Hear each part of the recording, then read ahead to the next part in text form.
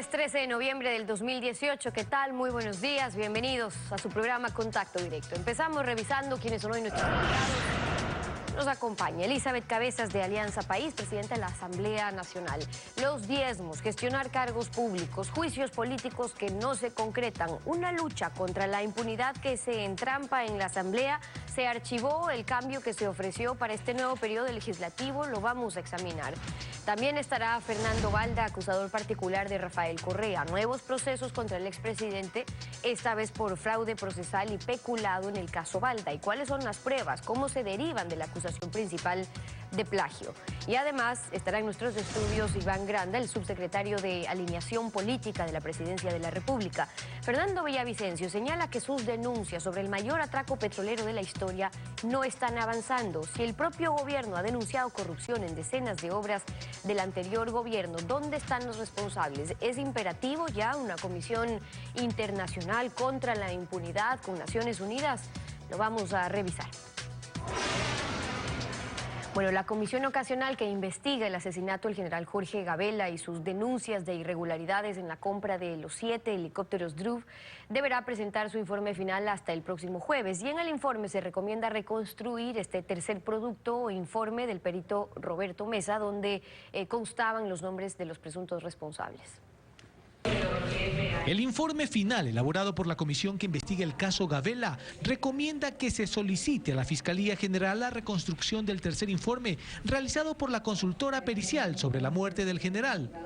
Patricia Ochoa, viuda de Gavela, espera que de esta forma se llegue a conocer los nombres de los implicados en el asesinato de su esposo. Que realmente estén plasmados nombres, apellidos, empresas, funcionarios del Estado, funcionarios de alto nivel, ¿sí?, que estuvieron atrás de esta compra, mucho más que se nombre también a los asesinos de mi esposo. César Litardo, presidente de la comisión, manifestó que este informe será discutido rigurosamente por sus integrantes. Vamos a presentar la presunta vinculación de la empresa Sumil, que es la empresa que realizó la compra de los helicópteros DRUV, con compañías Panama Papers de offshore en Panamá. Según Litardo, la comisión tiene hasta este jueves para presentar el informe definitivo. La actualidad, los protagonistas, el análisis y la información en Contacto Directo.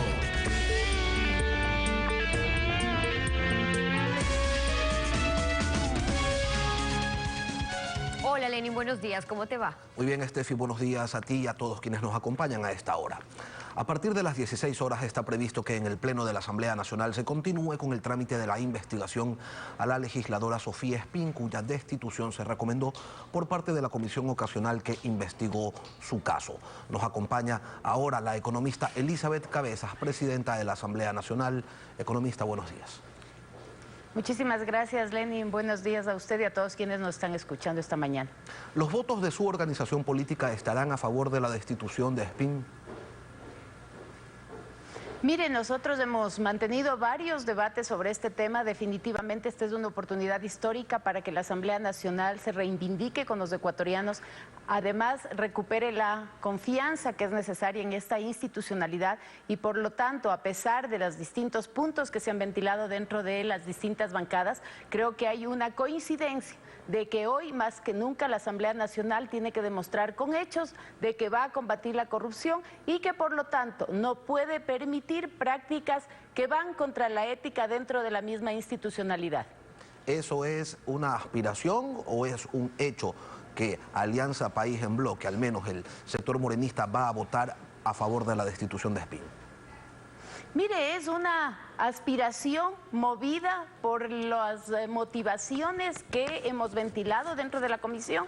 No puedo yo asumir la ética con la que actúen los 137 asambleístas, pero sí puedo, como presidenta de la Asamblea Nacional, hacer un llamado a cada uno de los asambleístas que han recibido el voto popular, en quienes se identifica esta buena fe de los ecuatorianos de actuar justamente identificada con los ecuatorianos, reprochar todos los actos que realmente no vayan en concurrencia con lo que tiene que ser los principios éticos y la responsabilidad dada por los ecuatorianos. Así que yo espero que esta tarde tengamos un voto suficiente que permita censurar todas estas acciones que han sido muy mal vistas por los ecuatorianos y que además riñen con todas las prácticas que están previstas dentro de las actividades que nosotros como asambleístas debemos realizar día a día. La semana anterior se aprobó una resolución en la que se determinó que la destitución de un asambleísta se realice con 91 votos. Esos son los votos suficientes. Esto lo propuso un asambleísta de Creo que tiene una denuncia en la Fiscalía por presunto cobro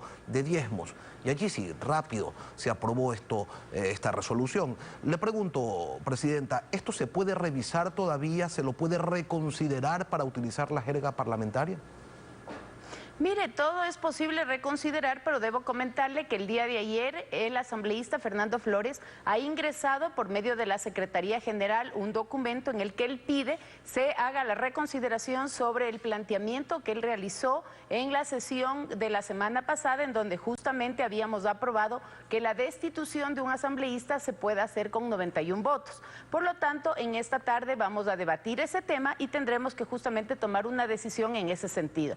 Me parece aquí que es importante ante los ecuatorianos decir que los temas que se debatieron fueron temas bastante importantes e intensos. Creo que hay una institucionalidad de por medio, más allá de quienes somos asambleístas hoy, de las pugnas internas que pueden existir en este momento, creo que hay que pensar en el largo plazo y en la estabilidad también de una institución que es la Asamblea Nacional. Por lo tanto, en función de eso, se habían ventilado en todas las bancadas, hubieron distintos criterios y habían puntos de vista distintos sobre este tema. Por lo tanto, cuando fue presentada esta moción, pues usted vio la votación que recibió y fue una votación que estamos seguros que el día de hoy va a dar fe de esa decisión política de combatir la corrupción y de efectivamente viabilizar una sanción a 2 asambleístas que lastimosamente no han actuado pegadas a las actividades que tienen que ser las que corresponden a su dignidad y sobre todo a su rol de asambleístas en este país. Y es que sí, ¿no? O sea, si la Asamblea no sanciona internamente a quienes cobran diezmos, a quienes gestionan cargos públicos, a quienes tratan de inducir a que se cometa un fraude procesal, entonces mejor cerrar las puertas y que todos se vayan a la casa. ¿Para qué seguir entonces? Sin embargo, esta postura, la suya, no es la que tienen todos. Hay gente que dentro de la Asamblea, legisladores que dicen esto no se puede convertir en una comisaría, no tenemos por qué sancionar a nadie. Mire, nadie puede dudar de que hay una decisión política, que yo la lidero, de que efectivamente se debe hacer justicia con estos actos reñidos. Como yo le he dicho, la responsabilidad estará en manos de cada uno de los asambleístas y justamente vamos a ver cuál es el rol de los medios de comunicación, identificando quiénes son esas personas que quieren seguir tapando las cosas que se han hecho anteriormente y quiénes realmente tenemos la decisión y la voluntad de transparentar este tipo de temas. Yo creo que hoy definitivamente es un rol histórico para la Asamblea Nacional, pero sobre todo cada uno de los actores políticos también se juega su futuro político identificándose con este tipo de actos o simplemente diciéndole a la ciudadanía vamos a combatir y somos parte de este nuevo grupo y de este nuevo momento político que vive el Ecuador en el que las cosas queremos hacerlas de manera decente. Yo he tenido 15 días de una campaña en mi contra espectacular que realmente lo único que quiere es intimidarme y hacerme dar retro en esta posición. Yo quiero claramente decir además que cualquier cosa que a mí me suceda o a mi familia, nosotros tendremos a quién responsabilizar sobre estos hechos, pero definitivamente yo no voy a dar un paso en contra de lo que realmente es la voluntad de los ecuatorianos, pero sobre todo de lo que mi conciencia a mí me manda y me dicta. ¿La han amenazado, Presidenta? Bueno, usted ha visto las redes sociales, creo que no hace falta decir si son amenazas o no. Realmente han sido acciones intimidatorias importantísimas que se han venido dando desde el 25 de octubre coincidencialmente y más allá de las denuncias que yo he puesto en la Fiscalía, he corrido traslado de absolutamente todos los videos de todas las acciones que contra mí se han dicho. Yo realmente espero que esto no pase a mayores. Vemos con profunda preocupación todos los actos de violencia, la agresión que se está viendo en redes sociales, que no tiene además, yo diría, ningún tipo de comparación en ninguna otra instancia, pero realmente creo que la decisión está asumida y contra eso nadie va a poder parar una decisión que es de la Asamblea, pero sobre todo de quien la preside. Cuando usted asumió la presidencia de la Asamblea en el mes de marzo, dio un discurso que bien pudiera haber sido pronunciado ayer. Recordémoslo. El país espera más resultados y menos discursos. quiere transparencia, quiere tolerancia y y siempre trabajando por la impunidad. Así de imperativo es el actual momento histórico de la nación. Por lo tanto, es nuestra obligación responder al clamor ciudadano. No podemos taparnos los ojos ni los oídos. El escrutinio público y ciudadano posa su mirada sobre nosotros, sobre la acción legislativa, y dentro de ella asienta su lupa sobre la forma evasiva en que se han decantado algunos de los más graves problemas de corrupción denunciados en los últimos meses. La corrupción ha lesionado la fe pública y ha resquebrajado el tejido moral de la clase política. Por eso hay que superar el egoísmo político de trastienda y trabajar por transparentar y adecentar las prácticas del poder. ¿Por qué no se puede cumplir esto último que usted dice, adecentar las prácticas del poder? Parecería que en la Asamblea se boicotean a sí mismos con resoluciones que les impiden cumplir un efectivo control político, y cuando intentan hacerlo, como ocurrió con el juicio político al exministro Carlos de la Torre, sencillamente no tienen los votos porque los legisladores se ausentan o porque se abstienen. ¿Cómo cambiamos esto? Mire, yo creo que es un tema, como yo lo dije en mi discurso y bien lo ha dicho usted, esto puede ser repetido cotidianamente. Creo que es un discurso actual y en que hace un llamado sobre todo a esa actitud que tiene que primar en los asambleístas de actuar en coherencia con la ética y que en coherencia con los principios básicos que movilizan a una sociedad. Pero sobre todo este momento lo que necesitamos es coincidencia de objetivos. Yo creo que aquí a veces la visión política de torpedear lo que hace el contrario nos autodestruye, y eso es gravísimo. Mire, justamente hace pocos días yo he hecho un llamado a un acuerdo nacional que también lo pronuncié en mi discurso del 24 de mayo y lo dije con claridad. Aquí este país se construye a raíz de la sumatoria de las voluntades individuales de los distintos sectores y de los distintos actores. Y obviamente los actores políticos no estamos exentos de esa tarea y de esa responsabilidad. Y en esa línea ratifico. Hoy es la oportunidad de la Asamblea Nacional de dar cuenta de que esa voluntad política no es en solitario de la presidenta de la Asamblea, que ese llamado a unirnos, que ese llamado a trabajar por un país mejor ha caído en oídos que realmente permiten procesar adecuadamente esta información, y que todos los asambleístas como representantes de los ecuatorianos vamos a actuar en esa línea. Pero hay una sensación de impunidad en el ambiente. Parecería que en este país uno puede hacer lo que le da la gana, y si está del lado de quienes detentan el poder, corre con la suerte de no tener sanción alguna.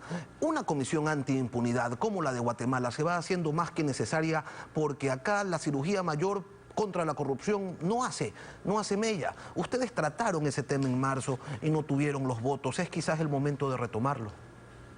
Sí, mire, justamente hemos conversado con varios asambleístas, hemos planteado una posibilidad de generar una comisión especial que haga seguimiento a todos los hechos de corrupción que se vienen ventilando. Creo que aquí no es solamente la acción de la Asamblea Nacional, aquí es necesario que los actores de justicia, la Fiscalía y todos los órganos alrededor actúen de manera oportuna. Pero nosotros una comisión internacional. Una suerte.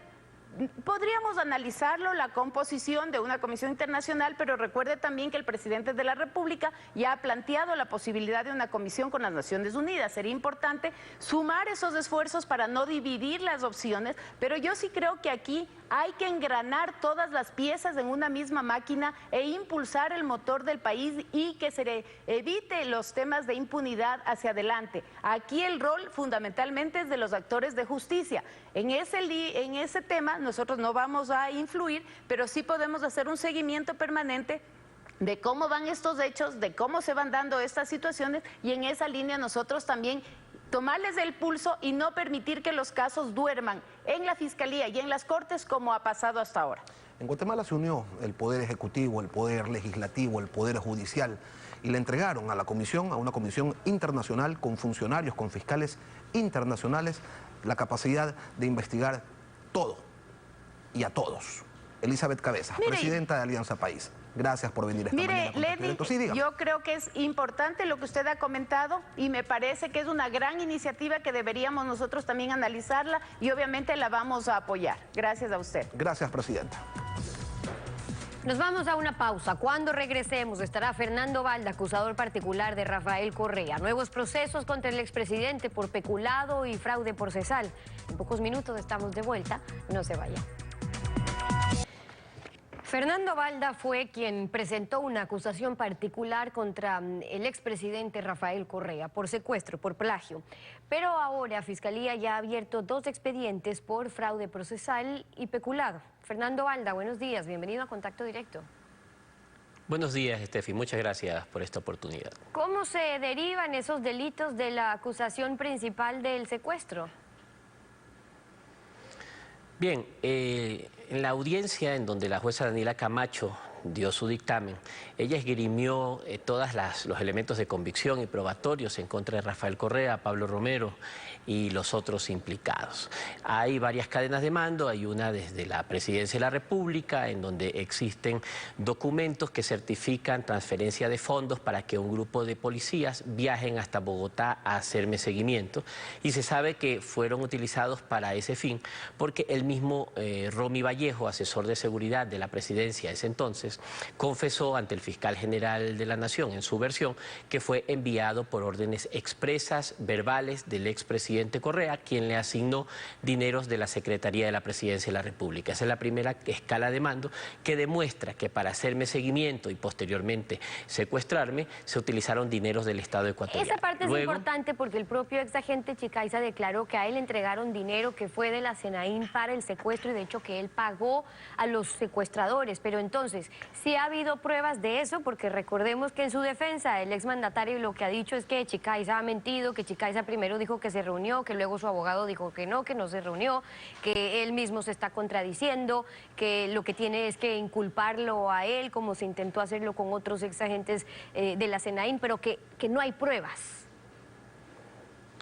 En su defensa, la que ha hecho Rafael Correa mediáticamente, pero dentro del proceso de la instrucción fiscal y en la Corte Nacional de Justicia, pues no ha podido demostrar Rafael Correa que esos dineros no fueron entregados. Al contrario, existen demasiados elementos, existen dineros que están certificados por la Contraloría General del Estado y que tiene la Fiscalía y que fueron utilizados como elementos probatorios.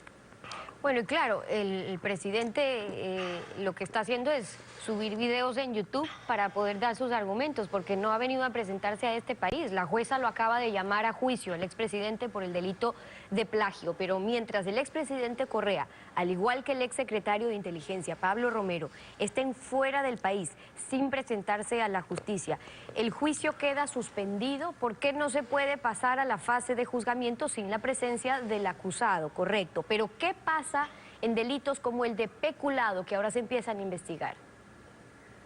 De hecho, el delito de peculado no tiene prescriptibilidad en nuestro país. Correa ha dicho claramente que él podría regresar al Ecuador después de 7 años que prescriba la acción sobre el delito de secuestro. Sin embargo, el delito de peculado se juzga con 13 años y no prescribe, es decir, él tendrá que tomar la decisión. Si regresa al país, da la cara, se entrega a la justicia, va a la cárcel o se convierte en un prófugo de por vida. Pero por lo pronto, ¿cuándo prescribiría? Porque también hubo una discusión sobre ello. La acción penal actual contra el expresidente Correa, ¿en 2022 o 2027?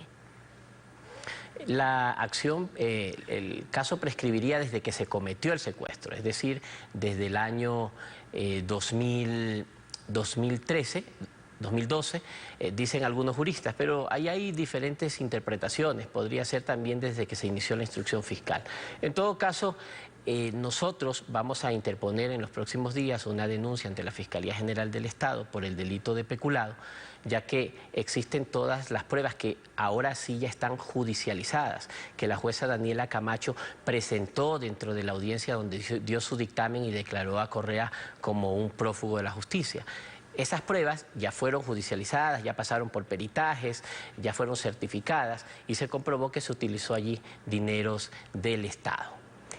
¿En qué pasaría entonces con la situación del expresidente? Porque recordemos que por plagio podría no ser uno de los delitos por los cuales Bélgica puede extraditar, en este caso, al expresidente. Pero ¿qué pasa con la investigación que se hacen sobre estos casos? ¿Qué conocen además ustedes sobre un asilo que habría pedido el presidente en ese país?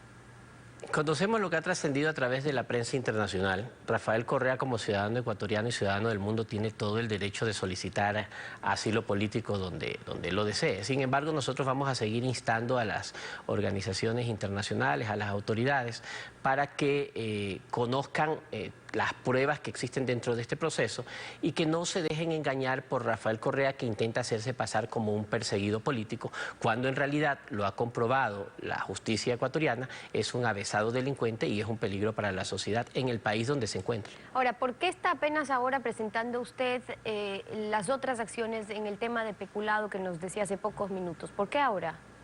Primero porque soy el principal perjudicado en este delito, un crimen de Estado, un delito de lesa humanidad. Y segundo porque como ciudadano ecuatoriano y fiscalizador, al advertir dentro de un proceso judicial, como lo ha esgrimido la jueza Camacho, ha presentado pruebas de que se utilizaron dineros del Estado ecuatoriano para cometer peculado, pero no un peculado para comprarse las grandes mansiones, los grandes vehículos, darse la buena vida, como normalmente lo hacen algunos políticos, sino un peculado que utilizaron dinero del Estado para viajar a Colombia, enviar agentes de inteligencia y contratar una organización criminal para que cometa un secuestro y quién sabe si también era un intento de asesinato.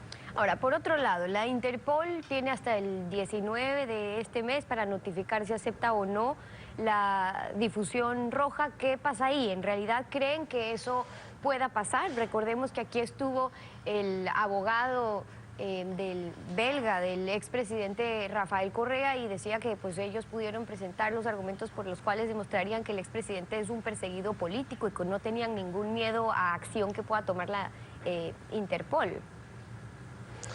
Este pronunciamiento de la Interpol demuestra que la defensa de Correa y sus defensores mediáticos mienten constantemente. Recordemos que ellos habían dicho que Interpol había negado el pedido de ubicación y captura a Interpol por parte de la Corte Nacional de Justicia. Con esto se demuestra que es mentira, está en trámite y estamos esperando una respuesta.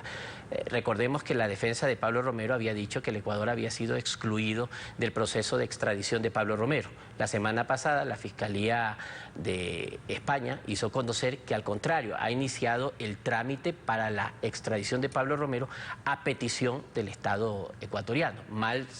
Podríamos decir que el Estado ecuatoriano está fuera de ese proceso. Entonces, no nos dejemos confundir con esta campaña mediática de Rafael Correa, que tiene dos puntas. La una, tratar de hacer creer que él todavía tiene oportunidad de salir impune, usa frases como, por ejemplo, todo es cuestión de tiempo, ya verán lo que va a pasar, en las cortes internacionales se resolverá. Y la otra es tratar de hacer creer que ahora es cuando en el Ecuador no existe Estado de Derecho, que ahora en el Ecuador es cuando no hay independencia judicial, que ahora en el Ecuador es cuando los jueces y los fiscales están presionados. Pero lo que no dice es que a él lo llevaron a juicio con un fiscal general del Estado puesto por él, amigo de él, que fue el doctor Carlos Vaca Mancheno, el que reabrió el caso. El doctor Paul Pérez Reina solo le dio continuidad, y que la Corte Nacional de Justicia fue una corte nombrada durante su periodo con todo el poder que él ostentaba y la injerencia que él tenía en el sistema judicial. Algunas de las observaciones de Fernando Alda, acusador particular del expresidente Rafael Correa, hoy en Contacto Directo. Gracias por haber estado con nosotros.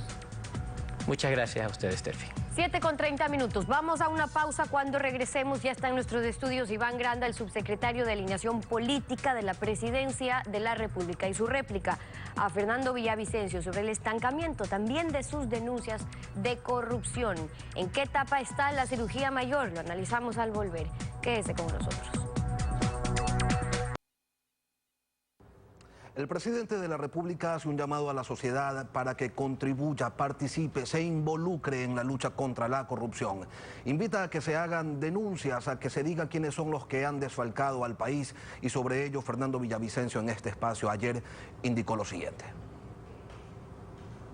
No solo este periodista, varios colegas y portales de investigación y medios hemos sentado y hemos sembrado las bases con importantes expedientes. Yo mismo, en forma personal, entregué casi 4.900 fojas al presidente Lenín Moreno con el más grande caso de corrupción de este país, que es la trama de corrupción de Petrochina. Pero no solo son documentos, son números de cuentas bancarias.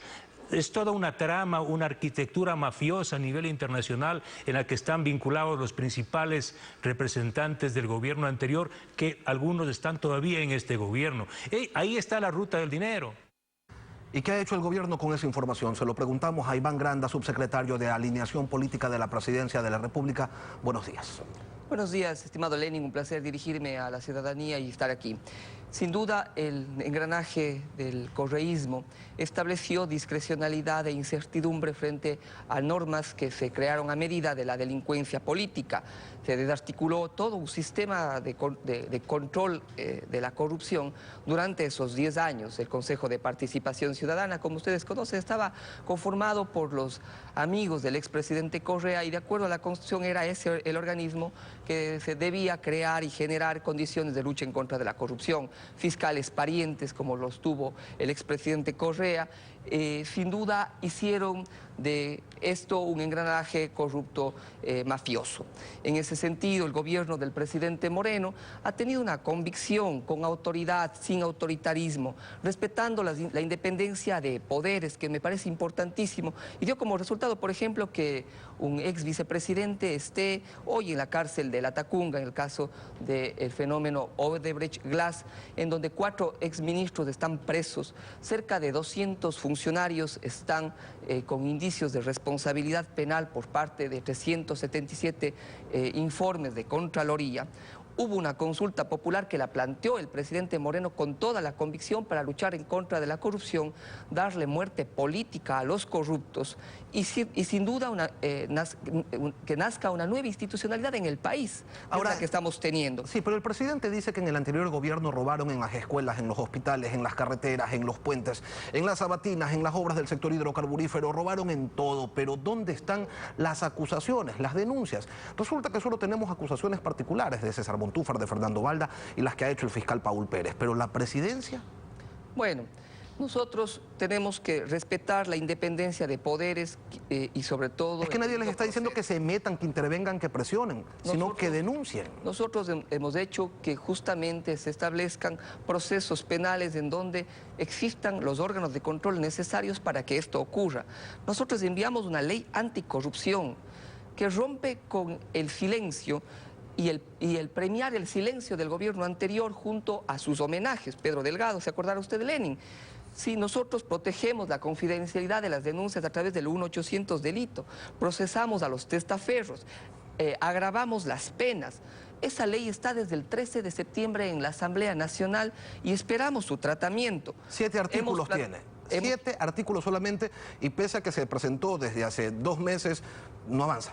Bueno, exactamente, y eso es el llamado que nosotros hacemos a la Asamblea Nacional, a la Mesa de Justicia, a la señora Guiñaga, que es la presidenta de la Mesa de Justicia, para que desarrolle un trabajo adecuado en función de luchar en contra de la corrupción. Sabemos que ella tiene una glosa de 41 millones de dólares en la Contraloría, ojalá que se la ejecute, pero sobre todo que permita que el gobierno nacional y su iniciativa legislativa llegue a buen término. Si usted ve, el presidente Moreno, garantizando la independencia de poderes, planteó un frente interinstitucional en contra de la corrupción, en donde estuvieron las entidades como la Contraloría, quienes llega la denuncia del 1800 delitos, por ejemplo, y todas las denuncias del señor Villavicencio y las de los ciudadanos que presenten estas, ¿sí? Garantizando su confidencialidad inclusive. Pero ¿qué pasa después? Llega a este frente y ahí se duerme, ¿no? Es que el entramado tiene que tener debido proceso. Como hemos dicho, 377 indicios de responsabilidad penal que ha planteado Pablo Celi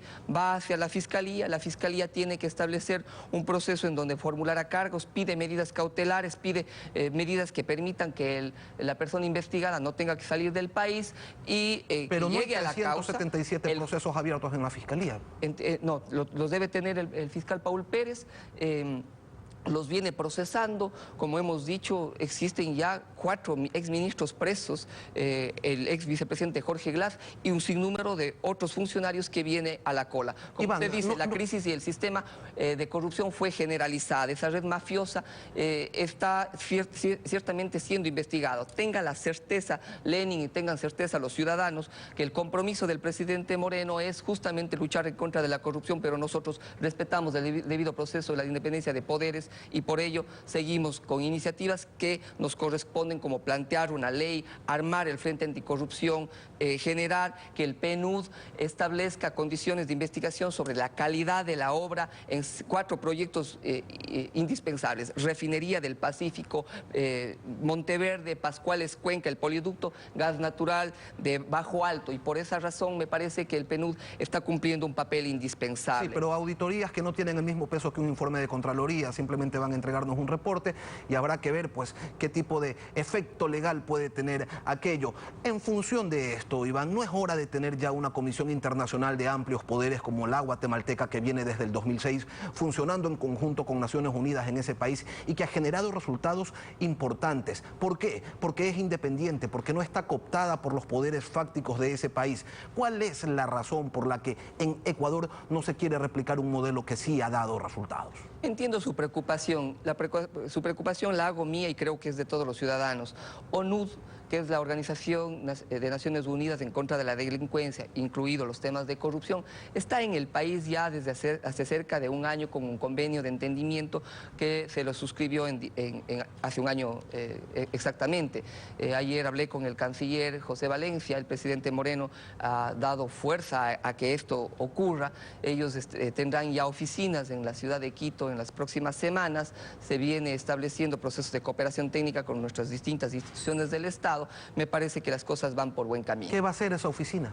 Esas oficinas dan primero cooperación técnica, asistencia técnica y generan condiciones en las cuales nuestros organismos puedan cumplir un rol importante en lucha en contra de la impunidad. Pero si la función judicial no opera de manera adecuada, si en la Contraloría de repente se dan ciertos retrasos, de poco o de nada sirve tener muchos observadores. Debemos tener a gente que actúe. Son expertos que permitirán mejorar las condiciones de lucha en contra de la corrupción, estableciendo justamente en el marco del debido proceso y un sistema anticorrupción adecuado y eficiente. Sin duda, las preocupaciones suyas son las que tenemos todos los ecuatorianos, pero tenemos un sistema constitucional de independencia de poderes del cual no nos podemos quejar. Antes le metían las manos a la justicia, antes existían acciones en donde el que tenía que controlar las cuentas, en el caso del señor Pollitt, estaba inmerso en los casos Odebrecht, estaba inmerso en los casos de corrupción. Hoy tenemos un contralor que ha establecido 377 casos de indicios de responsabilidad penal que, repito, son un número importante, donde están investigados 200 funcionarios de alto nivel. Pero se hace difícil confiar en la justicia por razones como esta que expresa Fernando Villavicencio. Lo invito a escucharlo.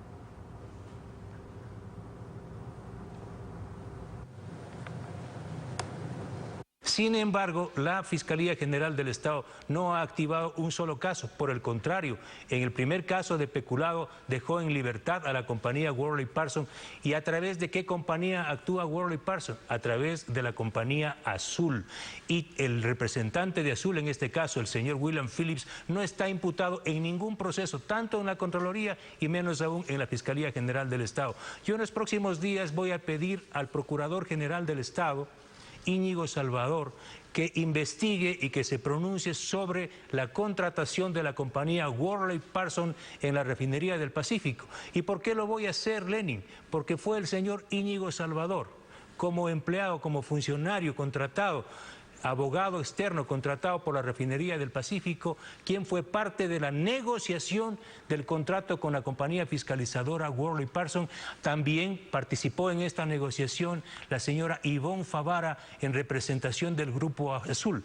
La señora Ivonne Favara fue luego nombrada secretaria nacional de hidrocarburos. Ahí están una de las razones, de las múltiples razones por las que no avanza la lucha contra la corrupción, porque los funcionarios del más alto nivel, tanto del Ejecutivo, de los órganos de control como de la justicia, fueron parte del gobierno de Rafael Correa, y el diablo no se corta a sí mismo las uñas, Lenin. Pese a esto, ¿el gobierno sigue negado a una comisión internacional contra la impunidad? Nosotros no nos hemos negado a una comisión internacional en contra de la corrupción. Lo que hemos planteado es que existen, así como el modelo guatemalteco, existen otros tipos de modelo que se pueden establecer en el país. Este no está ni ha sido descartado. De igual forma, me parece importante que se active el protocolo de Palermo, lo cual se lo ha hecho, que es para justamente tener asistencia penal internacional. Recién el fiscal Pérez, en la semana pasada, estableció ya una bilateral con el gobierno chino, buscando justamente información de casos como el caso Tópico, otros casos más a los cuales ha hecho referencia el señor Villavicencio. Nosotros estamos siempre abiertos al diálogo y a escuchar al señor Villavicencio siempre y cuando tenga las pruebas y los elementos necesarios para justamente justificar lo que él plantea. Si ustedes pueden ver, yo tenía básicamente varios casos de los cuales están hablando y que no se ha dado impunidad. En el caso Iván Espinel, tiene un juicio por lavado de activos, un juicio por enriquecimiento ilícito y un juicio por peculado. El caso del señor Alvarado, hay 6 personas que están, 3 detenidas, 3 prófugas. El caso de Fernando Balda, que estuvo hace poquito aquí, ese da, sin duda, la Contraloría tendrá que establecer un índice de responsabilidad penal porque se utilizó plata de los ecuatorianos para plagiar a alguien. Si me permite, porque me parece que es importante que podamos entender el caso Pablo Romero. La justicia española acaba de plantear que será extraditado al Ecuador. Él tiene un caso llamado Caminito que ha avanzado también y que la Fiscalía tendrá que dar resultados importantes. Prefecto Zambrano, etcétera. Entonces, me parece que decir que no se ha hecho nada en contra de la corrupción me parece que es injusto. Sin duda, lo que Iván, muchísimas gracias. Lamentablemente se nos ha terminado el tiempo. Iván Granda, subsecretario de Alineación Política de la Presidencia de la República, gracias por venir a Contacto Directo. Un placer.